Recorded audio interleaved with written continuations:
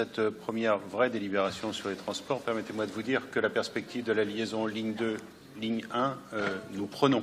Il n'y a pas de souci de ce côté-là. Nous nous félicitons de voir que notre collectivité passe à la concrétisation de ce prolongement qui permettra d'optimiser les déplacements quotidiens de nombreux usagers.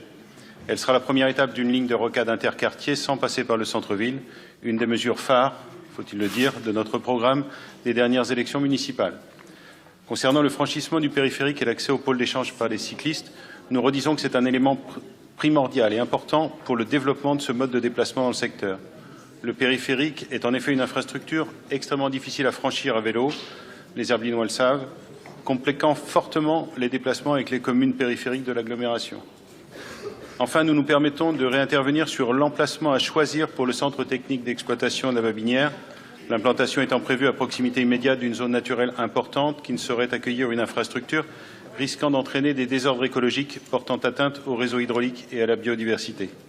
Le principe d'éviter, réduire, compenser doit consister en un premier lieu à éviter, car comme il est indiqué dans la délibération numéro 3 dont nous avons débattu en début de Conseil, la compensation des zones humides, ça n'existe pas. Cette implantation du CETEX ne pourrait s'y soustraire. Je vous demande donc d'être extrêmement vigilant, et nous le serons, à ce sujet. Je vous remercie.